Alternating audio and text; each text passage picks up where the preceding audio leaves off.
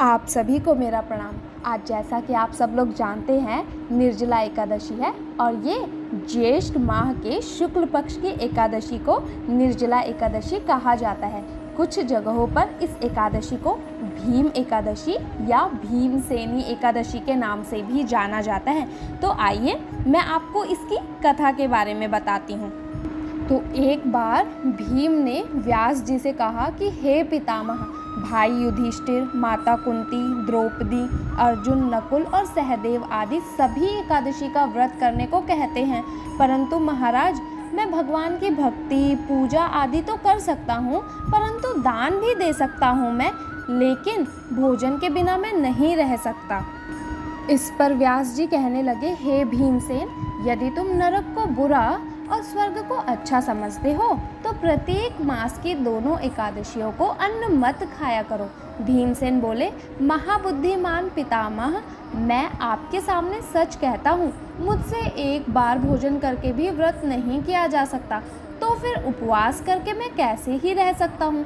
मेरे उदर में वृक्क नामक अग्नि सदा प्रज्वलित रहती है, अतः जब मैं बहुत अधिक खाता हूँ तभी तो यह शांत होती है। अतः आप मुझे कोई ऐसा व्रत बताइए जो वर्ष में एक बार ही करना पड़े और मुझे उससे स्वर्ग की प्राप्ति हो जाए।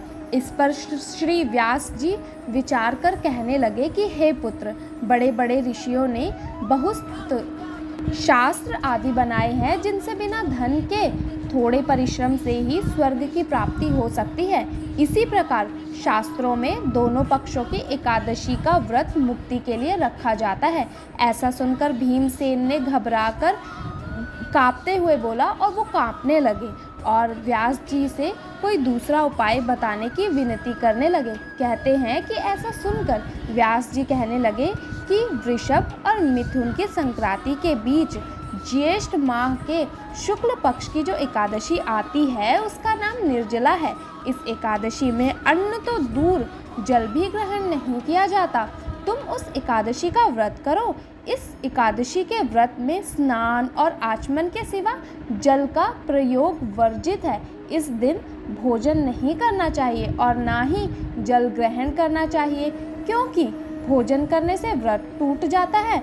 इस एकादशी में सूर्योदय से शुरू होकर द्वादशी के सूर्योदय तक व्रत रखा जाता है, यानी व्रत के अगले दिन पूजा करने के बाद व्रत का पारण करना चाहिए। व्यास जी ने भीम को बताया कि इस व्रत के बारे में स्वयं भगवान ने बताया था। यह व्रत सभी पुण्य कर्मों और दान से बढ़कर है। इस व्रत मनुष्य समस्त पापों से मुक्त हो जाता है।